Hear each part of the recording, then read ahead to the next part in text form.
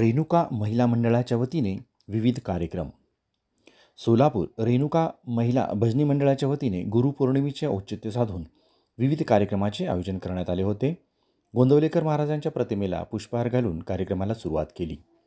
प्रथम मंडळाच्या अध्यक्षा नमिता थिटे, शोभाताई देशपांडे, वैशालीताई वळसंकर, शीला खामितकर, संध्या मळेकर, सविता देशपांडे, रोहिणी कुलकर्णी, अनिता कुलकर्णी यांच्या हस्ते दीपप्रज्वलन केले.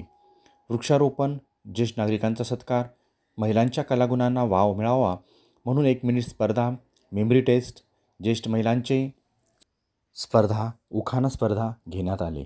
5 भजनी मंडळाच्या मार्गदर्शक भारुडकार वैशाली वळसंकर या दोघींचा अध्यक्ष नमिता थिटे यांच्या हस्ते शाल, श्रीफळ, गुलाबपुष्प, बुके देऊन सन्मानित करण्यात आले.